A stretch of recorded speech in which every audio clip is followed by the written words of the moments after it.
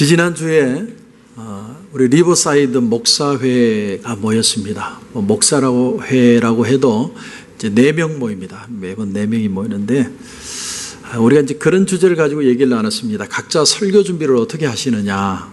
한 분씩 자기가 설교 준비하는 내용을 얘기를 나누다가 제 순서가 돼서 제가 그런 말씀을 드렸습니다. 저는 성경을 구약 창세기부터 요한계시록까지 설교를 하는데 구약은 10장, 신약은 5장 순서대로 갑니다. 제가 이 2번을 돌았고 이제 3번째 들어가는데 저는 아마 은퇴할 때까지 그렇게 할 것 같습니다. 제가 그렇게 설교를 하는 데는 이유가 있습니다. 3가지 이유가 있습니다. 첫 번째 이유는 뭐냐면 하나님의 말씀을 내가 순서를 정하지 않고 성경이 정한 순서대로 따라가 보자는 거죠. 그러면 어떤 때는 이 본문은 내게 굉장히 어려워도 하나님이 그 말씀을 묵상하고 상고하는 건데 하나님의 귀한 은혜를 반드시 줄 것이다. 그래서 하나님의 순서를 따라가 보자. 두 번째 이유는 뭐냐면 우리 성도들에게 내가 잘 아는 말씀, 모든 사람들이 잘 알고 재미있는 말씀만 전하는 게 아니라 때때로는 딱딱하고 이해도 안 되고 참 소홀하게 여겨지는 본문까지도 전해서 모든 성도들의 신앙이 건강해졌으면 좋겠다. 그러니까 말씀을 편식하지 않고 전체를 다 먹었으면 좋겠다. 세 번째는 뭐냐면 제가 이렇게 연구를 하고 매주 10장씩 하다 보니까 주석도 뒤져보고 여러 가지 책들을 보는 가운데 나도 모르게 내 실력이 나도 자라가더라는 거예요. 그 3가지 이유 때문에 계속 가고 있습니다. 저는 성경을 많이 읽지는 못합니다.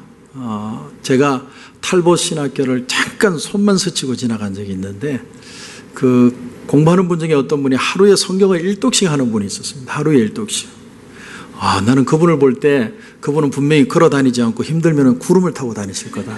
나는 그런 생각이 들더라고요. 대단한 분이죠. 근데 저는 성경을 매주 읽지만 10장이 정해지면 그 10장을 또 읽고 또 읽고 하고 그리고 맥체인 성경 순으로 새벽에 설교 전하는 정도의 말씀을 읽습니다. 많이는 못 읽지만 말씀을 또 읽고 또 읽고 또 묵상합니다. 그래서 그 말씀 속에 하나님이 다 과연 어떤 미닝으로 이 말씀을 주셨을까를 많이 고민합니다. 제가 2주 전에 여호수아서를 시작하면서 여호수아서의 주제는 딱 하나라고 그랬습니다. I have given. 내가 너에게 주었다. 이 땅은 선물이다. 그러니까 이 땅을 얻으려면 가나안 땅은 용을 써야 얻는 게 아니라 이 말씀을 지켜나가는 순종을 통해서만 이 땅을 얻을 수 있다는 거죠. 그래서 가나안 땅에 들어가서 싸워야 될 적은 여리고 성의 주민이나 가나안 족속이 아니라 이 말씀이라는 걸 무시할 가능성, 그리고 하나님이 약속으로 주신 땅이라는 것을 잊어버릴 가능성과의 싸움이라는 거예요. 그러니까 끊임없이 말씀을 붙들고 그 말씀으로 성공하는 삶을 살아내야 되는 그게 가나안 땅이라는 거죠. 근데 참 감사한 것은 여호수아서를 쭉 보면 여호수아는 정말 말씀대로 다 순종을 했습니다. 여호수아가 이렇게 한 이유는 여호수아 1장 8절에 이 율법책을 내 입에서 떠나지 말게 하며 주야로 그것을 묵상하여 그 안에 기록된 대로 다 지켜 행하라. 그리하면 내 길이 평탄하게 될 것이며 내가 형통하리라. 말씀을 지키면 형통하리라는 그 말씀을 따라 그 말씀을 지켜갔는데 정말로 여호수아서에는 여호수아가 형통한 삶을 삽니다. 사랑하는 성도 여러분, 말씀에 순종하면서 사는 게 가장 안전하고 형통한 길이라는 사실을 여러분 믿으시길 바랍니다. 여러분, 왜 세상 사는 게 힘들까요? 왜 신앙생활하기가 어렵습니까? 예수 믿는 사람들이 이렇게 많은데도, 또 교회는 계속 생겨나는데도, 목사님들도 많은데도 왜 세상은 점점 더 혼란스럽고 악해지는 것일까요? 우리는 성경을 통해서 그 이유를 아주 쉽게 발견할 수 있습니다. 그 가장 중요한 이유가 뭐냐면 우리 안에 말씀이 없기 때문에 그렇습니다. 성경 공부를 하든지 설교를 듣는 어떤 그런 단편적인 지식만을 가지고 세상을 살아가기에는 세상은 만만치 않습니다. 하나님의 말씀을 계속 내가 묵상하고 생각하고 고민하고 말씀을 따라 살아가야만 이 세상을 승리하는 삶을 살아갈 수 있다는 거죠. 사무엘하 2장 1절에 보면 이런 말씀으로 시작이 됩니다. 그 후에 다윗이 여호와께 여쭈어 이르되. 무슨 말이냐면 다윗이 하나님 앞에 질문을 했다는 거죠. 사울이 전쟁에서 죽었다는 소식을 들었습니다. 그것도 어디서 들었냐면 블레셋 땅에 망명해 있는데 사울이 길보아 전투에서 죽었다는 소식을 듣습니다. 그런데 자기를 그렇게 죽이려던 사울이 죽고 난 뒤에 다윗이 바로 어떤 액션을 취하는 게 아니라 하나님 앞에 질문을 하는 거죠. 하나님, 내가 유다로 다시 돌아갈까요? 우린 여기서 뭘 하나 깨달을 수 있느냐면 다윗이 그렇게 사울에게 쫓겨다니면서 너무 힘들어가지고 블레셋으로 망명을 할 정도로 어려움과 고난 가운데 단련되면서 다윗이 뭘 하나 배웠냐면 하나님 앞에 질문하는 걸 배웠다는 거예요. 질문하는 거. 여러분, 현장 실습이라는 말이 있습니다. 내가 아무리 머리로 공부를 하고 인풋을 시키고 내가 연구를 해도 실제로 그 공부한 것을 내가 해봐야만 내 것화되는 거죠. 주님도 제자들이 보는 앞에서 말씀도 전하고 기적도 행하고 귀신도 쫓아내고 제자들이 야 대단하다. 그런데 어느 날 갑자기 예수님이 두 사람 짝을 딱 치더니 너희들이 직접 나가 말씀도 전하고 귀신도 쫓아내고 기적도 행해라. 제자들이 나가서 반신반의하면서 하는 겁니다. 이게 떠는 마음으로 하는 거죠. 나사렛 예수의 이름으로 명하노니 귀신 한번 물러가라. 그리고 병자 일어나라. 정말로 귀신이 떠나가고 병자가 낫는 겁니다. 그 놀라운 은혜를 본인들이 직접 경험하면서 내가 배웠던 예수가 내 것화되기 시작합니다. 여러분, 다윗도 수많은 시련을 겪다가 보니까 뭘 하게 되었냐면 하나님 앞에 구체적으로 질문하는 훈련이 되기 시작한 거예요. 너무 막막하니까 어떻게 살지 모르니까 잘못하면 죽으니까 하나님, 나는 도대체 어떻게 할 줄 모르겠습니다. 도와주십시오라고 자꾸 아뢰었던 것이 질문하는 유스도된 삶이 되었다는 거죠. 물론 우리가 질문을 하면 하나님이 즉각적으로 응답을 주시는 건 아닙니다. 그런데 우리가 하나님 앞에 기도하고 하나님 앞에 질문하고 하나님 앞에 영적으로 센시티브해지기 시작하면 상황이 움직여지고 하나님이 이끌어 가시는 길들이 보여지기 시작합니다. 그게 영적으로 민감해지는 거거든요. 그것을 자꾸 경험하다 보면 신앙이 강해지는 겁니다. 만일 다윗이 하나님 앞에 기도하지 않았다면 이렇게 생각했을 것입니다. 사울이 죽었으니까 백성들은 지금 민심이 아주 뒤숭숭하고 내가 빨리 가서 이 나라를 정렬해서 내가 왕이 되어야 되겠다. 빨리 가자. 그렇게 하지 않았겠습니까? 그런데 다윗이 하나님 앞에 질문을 했더니 하나님의 음성이 들려오는데 이렇게 들려옵니다. 너는 일어나 헤브론으로 갈지니라. 헤브론은 저 헐몬산에 비하면 제일 밑에 땅이거든요. 그러니까 내가 지금 종아리가 간지러운데 발바닥만 살짝 하나님이 긁어주는 거예요. 다시 말하면 하나님이 너를 지금은 아직은 이스라엘의 왕으로 삼을 수 없다라는 거예요. 놀라운 사실은 그 헤브론 땅에 가서도 7년을 기다리고 사울이 죽은 지 7년 후에 왕이 됩니다. 우리가 늘 기도하다가 낙심하는 이유가 바로 여기에 있습니다. 기도해봐야 하나님이 해결 안 해주셔. 그런데 우리 그리스도인들이요, 다윗의 삶을 통해서 깨닫는 아주 중요한 교훈이, 믿음의 교훈이 뭐냐면 기도하면 하나님의 수가 생긴다는 거예요. 사울이 죽고도 다윗을 반대한 이스라엘 이 모든 지파 사람들이 누굴 왕으로 뽑느냐 하면 사울의 아들이었던 이스보셋이라는 사람을 왕으로 뽑습니다. 그런데 그게 결정적인 파워를 형성하는 사람이 아브넬이라는 장군입니다. 그런데 이 아브넬이 사울의 첩을 취합니다. 그것 때문에 아브넬과 이스보셋이 사이가 갈라지기 시작해요. 그런 과정에 이스라엘 백성들의 마음속에 무슨 생각이 들기 시작하냐면 그래도 다윗이 이 나라를 다스려야 되겠다. 백성들이 깨닫기를 시작합니다. 여러분, 신앙생활이 힘든 이유가 뭐냐면 하나님의 뜻이 나타날 때까지 기다려야 된다는 그 초조함과 두려움을 견뎌내지 못하는 거예요. 왠지 뭔가 일이 날 것 같아. 못 기다리겠어요. 그런데 다윗이 기다렸더니 하나님은 어떻게 했냐면 환경을 만지시고 사람을 만지십니다. 결국은 이스라엘 백성들 모두가 이 이스라엘의 왕은 다윗이 되어야 한다라고 생각했다는 겁니다. 여러분, 언제나 그렇습니다. 우리가 말씀에 순종해서 하나님을 기다리는 시간 동안 하나님은 상황과 사람을 만지십니다.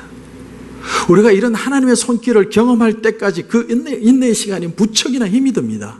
그러나 인내하고 하나님의 뜻을 보고 하나님이 이루신 일을, 역사를 경험하기 시작하면, 그것이 하나가 되고 둘이 되고 셋이 되기 시작하면 그 신앙이 파워가 되는 거죠. 그런데 로마서 8장 26절에 보면 우리가 잘 아는 말씀인데, 이와 같이 성령도 우리의 연약함을 도우시나니 우리는 마땅히 빌 바를 알지 못하나 오직 성령이 말할 수 없는 탄식으로 우리를 위해 친히 간구하시니라. 자, 잘 보시면 성령이 우리의 연약함을 도우신다 이렇게 말하지 우리를 강하게 만드신다라고 표현하지 않습니다. 우리는 자꾸 어떤 착각을 하느냐면 성령 충만하면 무쇠팔 무쇠다리 로켓 주먹이 되는 줄 알아요. 그런데 여러분, 성경을 잘 보세요. 성령이 우리를 강하게 만드셔서 이렇게 표현하지 않고 성령이 우리의 연약함을 도우셔서, 내가 무슨 기도를 해야 될지도 모를 정도로 절망하고 좌절하는 순간에 성령을 의지했더니 성령이 내게 기도 제목을 주시고 기도를 생각나게 하시고 그 기도를 붙들고 하나님 앞에 기도했더니 하나님이 그 기도를 들어주시더라는, 그게 성경입니다. 여러분, 절대로 내가 세지려고 하지 마십시오. 어깨에 힘을 빼셔야 돼요. 사도 바울도 내가 약할 때 곧 강함이라. 우리가 하나님 앞에 겸손해질 때 강해지는 겁니다. 이게 성경의 원리예요. 하나님을 의지하며 여러분의 능력이 되시기를 주님의 이름으로 축원합니다. 자, 우리가 보는 오늘 본문 14장을 읽었지만 사실은 오늘 본문은 14장부터 19장까지입니다. 이거 다 읽어야 되는데 시간이 없으니까 이 6장 속에 이스라엘 지파가 땅 분배를 합니다. 자, 그런데 여호수아는 어떤 방식으로 땅을 분배하냐면 제비 뽑기를 합니다. 카일렌 델리치라는 그 주석에 보면 제비 뽑기를 어떻게 하는지를 설명을 합니다.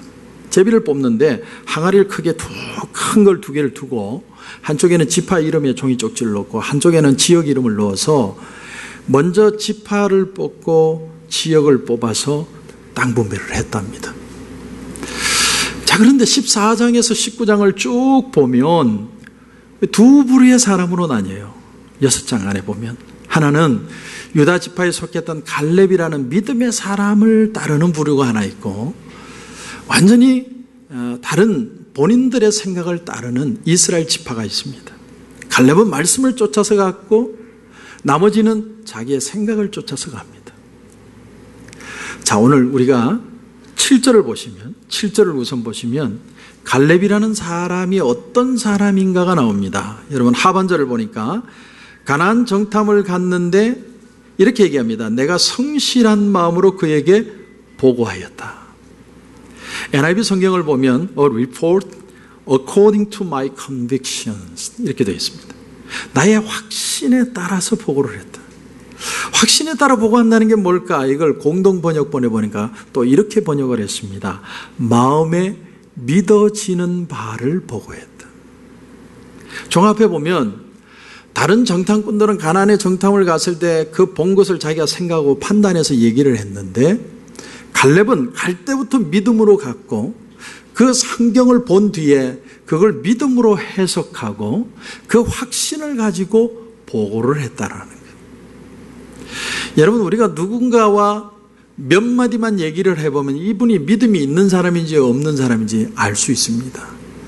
아무리 입에서 아멘, 할렐루야 아무리 많이 해도 믿음이 없는 사람이 있고요. 몇 마디 아닌데도 그 몇 마디에 정말 이 사람의 믿음이 있다는 게 느껴질 때가 있습니다. 왜 그러냐면 믿음이라는 것은 마음에서부터 나오는 거거든요. 이어서 여러분, 그런가 하면 8절을 보시면 8절에 이렇게 되어 있습니다. 나와 함께 올라갔던 내 형제들은 백성의 간담을 높게 하였으나 나는 내 하나님 여호와께 충성하였으므로. 여기서 7절 8절을 연결하면 놀라운 공식이 하나 나옵니다. 믿음이라는 건 생각에서 시작이 되고 생각이 바뀌면 그 사람의 행동도 바뀐다라는 거예요. 생각이 바뀌면 행동이 달라지는 겁니다. 여러분, 세상의 교육 방식은 어떤 거죠? 바른 교도, 바른 가르침이라는 게 잘못을 했을 때 벌금을 때리고 구속을 하거나 형벌을 주는 거예요. 근데 사람이 정말 바뀌는 건 어디서부터 바뀌냐면 마음에서부터 바뀌는 거예요. 생각이 바뀌지 않으면요, 흉내는 낼 수 있을지 몰라도 행동은 절대로 바뀌지 않습니다. 자, 잘 보세요. 가나안 땅에 정탐꾼을 보내고 나서 부정적인 보고를 한 뒤에 이스라엘 백성들의 그런 부정적인 원망들을 보고서 하나님이 하루를 1년을 쳐서 40년 동안 광야를 뺑뺑이를 돌리는데, 놀라운 사실은 갈렙도 같이 돕니다. 여러분, 갈렙은 긍정적인 보고를 했잖아요. 그럼 갈렙은 빼줘야지. 베네핏을 줘야죠. 근데 갈렙도 똑같이 고생하고 똑같이 힘들게 40년을 같이 뺑뺑이를 도는 겁니다. 그런데 갈렙은 오늘 그 10명의 정탐꾼을 표현을 하는데 오늘 8절에 이렇게 표현을 해요. 8절을 보시면 나와 함께 올라갔던 내 형제들. 저 같으면 그렇게 안 했을 것 같아요. 이 왼수들, 이 인간들, 그렇게 표현했어요. 근데 갈렙이 그들의 형제를 보고 내 형제라고 느끼고 동거동락하며 40년을 지낼 수 있었던 유일한 이유가 뭐냐면 갈렙은 하나님을 바라봤다는 거예요. 두 번째는 이 땅은 약속의 땅이라는 걸 끝까지 갈렙은 믿었기 때문에 형제들로 볼 수 있었다는 거예요. 여러분, 믿음이 뭔 줄 아세요? 이 믿음은 시선입니다. 시선. 오늘 갈렙을 가리켜서 8절에 여호와께 충성했다 이렇게 표현하는데, 충성이 뭐냐면 끝까지 하나님만 바라보았다. 시선을 하나님 앞에 고정했다는 뜻입니다. 여러분, 무엇을 바라보느냐가 그 사람의 삶의 태도도 행동도 바꾸는 겁니다.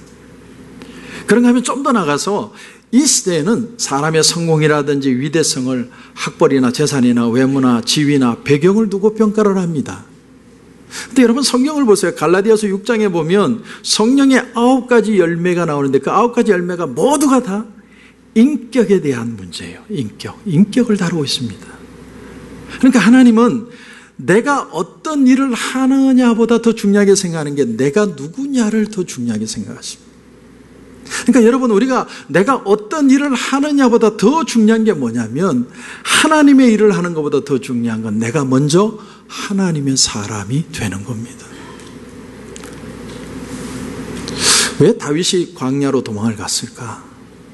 왜 하나님이 모세를 시내산, 광야 생활하다 시내산, 아무것도 없는 그 시내산으로 하나님이 인도하셨을까? 왜 예수님은 광야로 이끌림을 받아서 광야에서 40일을 금식하고 사단의 시험을 받으셨을까? 여러분, 이거는 팔레스타인에 가보면 압니다. 광야가 어떤 곳인지 쫙 보고 나면 이게 느껴져요. 광야라는 곳, 시내산이라는 걸 제가 올라가 보니까 정말 풀 한 폭이 없는 곳이, 정말 그런 곳에서는 하나님을 바라보지 않고는 살아갈 수 없는 곳이 광야예요. 그래서 하나님은 우리의 삶에 광야를 허락하시는 거예요. 여호수아가 두려워할 때마다 하나님이 그러십니다. 두려워 말라, 담대하라, 마음을 강하게 하라. 그 말은 역으로 얘기하면 여호수아는 무슨 일을 할 때마다 떨었다는 거죠. 막 떠는 거예요.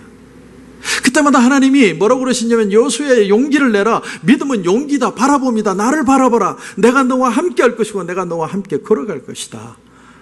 하나님이 용기를 주시고 하나님의 사람으로 만들어 가십니다. 지난주에 저희 딸이 다니는 학교 센테니얼 하이스쿨에 브레이킹 뉴스에도 나오고 그랬는데 이제 폭탄이 설치됐다고 그래서 아주 그냥 아침에 학교 가다가 갑자기 그냥 전부 학교 오지 말라고 메시지가 와서 새벽기도 하다가 저는 메시지를 받았는데, 우리 딸은 너무너무 좋아하는 거 있죠. 학교 안 가니까. 근데 그 다음날 또 운동장에 저녁에 또 폭탄이 있다고 그러고 또 제보가 들어와서 폴리스가 오고 난리가 났습니다. 근데 아침에 괜찮아서 또 학교를 갔어요. 근데 문제는 지난 금요일이었습니다. 금요일이 그 유명한 9월 11일이잖아요. 딸이 학교 가는 게 무섭다는 거예요. 아빠, 오늘은 내가 학교 안 가면 안 될까? 이런. 폭탄을 설치했을지도 몰라. 아빠는 내가 죽으면 좋겠어? 9월 11일이잖아. 제가 그날 아침에요, 저희 딸을 데려다 주면서 그런 얘기를 했습니다. 아빠하고 엄마는 미국에 올 때 911 터진 2달 후에 비행기 타고 들어왔어. 얼마나 자리가 많은지 너무너무 널널해가지고 아주 편안하게 들어왔다. 죄야, 우리 목숨은 하나님이 지켜주시는 것이지 사람이 지키는 게 아니야. 걱정하지 마. 갈 때는 시무룩하게 갔는데 집에 올 때는 아주 웃으면서 돌아왔습니다. 우리는 살면서요, 자꾸 하나님을 생각하고 하나님의 뜻 안에서 오늘의 내 삶을 해석하는 것을 배우면서 살아가야 됩니다. 여러분, 어떻게 하면 광야와 같은 이 세상 삶에서 담대하게 용기 있게 우리가 살아갈 수 있습니까? 하나님을 바라봐야 됩니다. 그럼 하나님을 바라본다는 게 뭡니까? 하나님의 말씀을, 내게 들려오는 말씀을 내 가슴에 새기고 붙들고 그 말씀을 암송하고 묵상하면서 그 말씀대로 세상을 살아가는 거예요. 그게 하나님을 바라보는 거예요. 그렇게 살면 내가 너의 밟는 곳마다 너에게 축복으로 땅을 주겠다는 거예요. 성경의 다니엘은요, 하루에 3번씩 꼬박 창문을 열어놓고 하나님 앞에 기도를 했습니다. 자기 목숨에 위협이 와도 상관없었어요. 하나님 앞에 성실하게 하나님 앞에 기도합니다.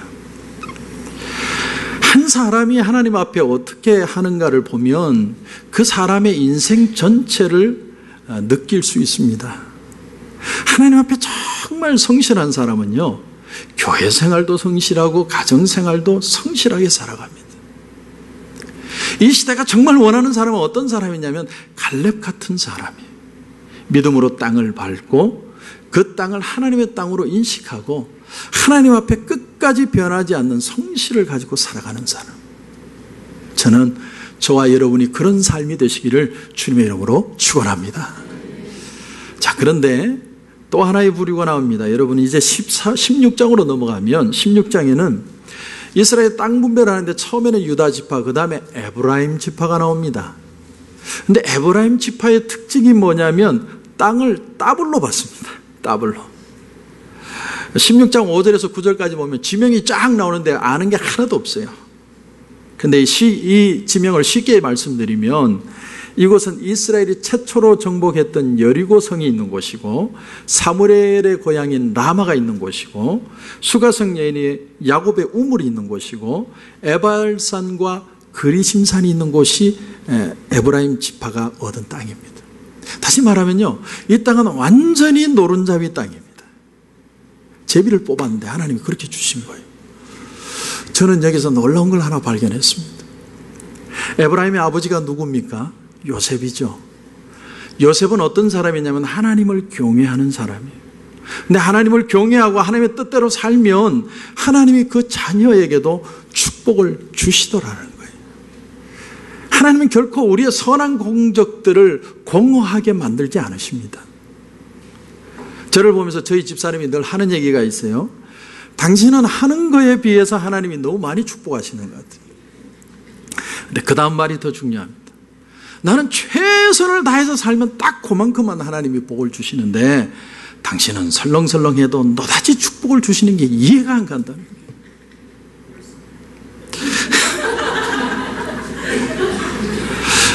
하나님이 한 번은 피곤하고 지치고 고달파서 아버지가 하나님 앞에 제단을 쌓았던 그곳에 와서 제단을 쌓는 이삭에게 하나님이 나타나세요. 그리고 하나님이 어떤 말씀을 주시냐면 이삭아, 두려워하지 말아라. 나는 너의 아버지 아브라함의 하나님이니 너의 아버지 때문에 내가 너와 내 자손에게 복을 주리라. 이 말씀을 여러분 믿으십니까? 믿으시면 정말 여러분이 하나님 앞에 바르게 살고 예수 잘 믿어야 됩니다. 그래야 그 복이 자녀들에게 흘러가게 되는 것이죠. 그런데 여러분 16장 10절을 보면 16장 10절에 이런 말씀이 나옵니다. 그들이 게셀에 거주하는 가나안 족속을 쫓아내지 아니하였으므로 가나안 족속이 오늘까지 에브라임 가운데 거주하며 노역하는 종이 되니라. 이 말씀을 보면 에브라임 지파가 노른자위 땅을 얻을 수 있도록 제비를 뽑았는데 다 취하지는 않았다는 거예요. 여기 나오는 게셀이라는 곳은요, 게셀의 왕 호람이라는 사람은 어떤 사람이었냐면 여호수아가 남부 지역을 전쟁해서 싸움을 할 때 이 북쪽에 있는 라기스 왕을 원조해서 원병까지 파병했던 사람. 그러니까 반드시 점령을 해야 될 사람인데 10절 하반절에 보면 점령하지 않은 이유가 힌트로 나옵니다. 그게 뭐냐면 에브라임 가운데 거주하며 노역하는 종이 되니라. 이 사람들 점령하는 것보다 일을 시켜서 곡물을 받아먹는 짭짤한 수입원이 있어서 그게 더 낫겠다. 그래서 점령을 안 한 거예요. 바로 앞장에 나오는 유다 지파에도 보면 가나안 족속 중에 여부수 족속을 쫓아내지 못했다는 말씀이 나옵니다. 두 번째 기업을 얻은 에브라임도 가나안 족속을 쫓아내지 않습니다. 뒤에 나오는 다른 모든 지파도 다 쫓아내지 않습니다. 한국에서 이름만 되면 알 수 있는 목사님이 설교 중에 그런 얘기를 하셨어요. 내가 외국에 부흥 집회를 갔다가 올 때 비행기 안에서 포도주를 한 잔 가득 시켜서 그 한 잔 쫙 마시고 푹 자면서 옵니다. 그런 얘기를 들으면 성도들이 얼마나 위로가 되겠습니까? 우리 목사님도 피곤하면 포도주를 한 잔씩 쫙 가지고 주무시는데 하물며 나일까 보냐? 그런데 그래서 포도주가 맥주가 되고 맥주가 소주가 되고 소주가 폭탄주가 되는 거예요, 여러분. 그렇지 않습니까? 한국에서 언젠가 신문에 보니까요, 목사님이 음주운전하다가 잡히셨어요. 그래, 왜 음주운전을 하셨냐 질문을 했더니 성찬식하고 남은 포도주를 버릴 수가 없어. 내 뱃속에다가 버렸더니. 여러분, 목사님이나 장로님이나 안수 집사님이나 권사님은요, 앞서가는 사람들입니다. 나도 천국 가고 남도 천국 가게 해야 합니다. 나도 복을 받고 남도 복을 받게 해야 합니다. 그런 것을 가리켜서 내 직분에 걸맞게 산다 그러는 겁니다. 하지만 우리가 절대로 완전한 사람이라는 건 아닙니다. 여러분, 여호수아를 보세요. 여호수아 얼마나 떨었습니까? 그렇기 때문에 더 하나님을 의지하면서 살아가는 거예요. 우리 자신을 자꾸 바라보기 시작하면 어떤 현상이 일어나냐면 자꾸 이득과 손실을 따지게 돼 있어요. 에브라임 자손이 게셀 족속을 보니까, 가나안 족속을 먼저 보니까, 이익을 따져보니까 이 사람들 돈 되겠다. 그래서 지금은 내게 소득이 되니까 지금은 돈 받아먹고 나중에 해결하자. 여러분, 놀라운 사실은요, 북이스라엘 10지파가 나중에 역사 속에 다 사라집니다. 다 망해버립니다. 하나님이 전부 죽이라고 하셨던 그 가나안 족속들, 고고학적으로 발견된 유물을 보면요, 농업, 예술, 그 외 기타 모든 문화가 월등하게 이스라엘 백성들보다 뛰어났다고 그렇게 표현이 됩니다. 세상적인 아름다움, 세상적인 가치, 이런 작은 것들을 허용했는데 마지막 결론이 뭐냐면 자기들이 사라져버렸습니다. 예수님이 마태복음 6장 21절에 이런 말씀을 하십니다. 네 보물 있는 곳에 네 마음도 있다. 그러니까 사람은요, 다 그래요. 다 돈 따라가고 윤택한 생활을 따라가게 돼 있어요. 사람의 본능입니다. 근데 그 바로 앞절에 예수님이 뭐라고 그러냐면 오직 너희를 위하여 보물을 하늘에 쌓아두라. 이 말에는요, 보물이라는 걸 인정하겠다는 말이 있어요. 우리가 보물 좋아하는 거 하나님이 아세요. 근데 그 보물을, 그 마음을 하늘에 두라는 거예요. 하늘을 인식하고 하나님을 느끼고 하나님을 인정하며 살라는 겁니다. 그러면 내가 너를 축복해 주겠다는 거예요. 영국의 유명한 언론인이자 무신론자인 마가리치라는 사람이 인도의 캘커타를 갔다가 거기서 테레사 수녀를 만나서 3일을 같이 삽니다. 3일을 딱 지냈는데 철저한 무신론자였던 마가리치가 기독교인이 됐습니다. 그래서 왜 그렇게 됐느냐 질문을 했더니 이분 대답이 이런 거예요. 기독교 신앙의 깊이라는 건 내가 잘 모르겠는데 무엇이 한 인간의 생애를 저토록 온전히 헌신하게 하는지, 자신을 버리고 그토록 헌신하게 되는 데는 무언가 이유가 있을 것 같아서 내가 예수를 믿기로 했습니다. 이 세상 모든 사람들이요, 우리의 인격을 보고서 그 속에서 하나님을 발견합니다. 여러분, 돈 많다고 자랑할 거 없습니다. 돈 없다고 또 주눅 들고 살지 마십시오. 물질 때문에 내 인격이 흔들리지 않도록 자신을 바로 세워가는 믿음이 필요합니다. 하나님을 인식하며 사는 인생, 그 인생이 세상을 변화시키는 겁니다. 여호수아서를 마무리합니다. 주제는 하나입니다. I have given. 내가 너희들에게 땅을 줬다. 이 땅을 밟는 축복은 누가 받느냐면 말씀을 붙들고 사는 사람들입니다. 그 말씀을 붙들면 내가 너희들을 반드시 축복하리라. 그런 축복의 은혜가 저와 여러분 가운데 넘치시기를 주님의 이름으로 축원합니다.